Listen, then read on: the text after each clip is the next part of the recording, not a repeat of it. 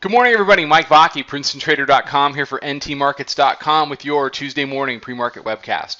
Okay, daily chart of the ES, and what have we seen here?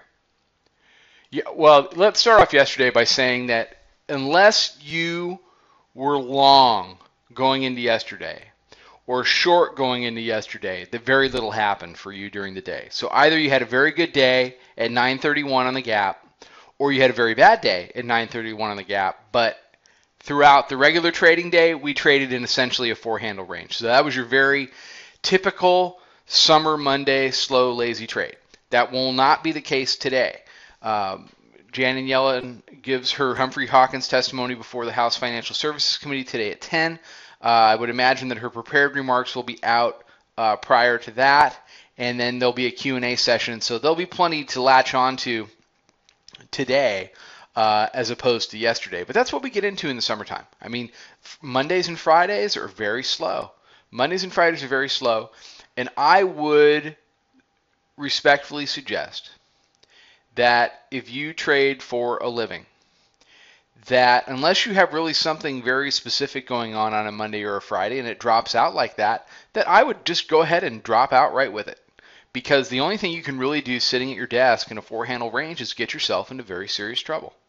So that's just my 2 cents on summer trading. There tends to be a lot more volatility, a lot more productivity that's done Tuesday, Wednesday, Thursday versus Monday or Friday in the summer months. And that just makes sense. A lot of 4-day weekends. Okay, what we've seen here is another touch off of the middle band. Testing it for 2 days, and then we're back up.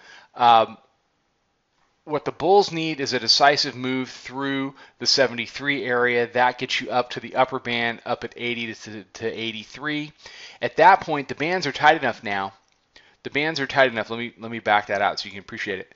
The bands are tight enough now to go on another band ride for 2 to 3 days. So I would be very, very leery of just going ahead and just blind shorting it the minute it touches those bands. That sounds like a great way to get into trouble. So for today, we'll be watching Janet Yellen's comments very closely, seeing what the reaction is to the market. If you're a bear, you're 12 handles above, but you absolutely must get back down below middle band, which is now essentially at 1960.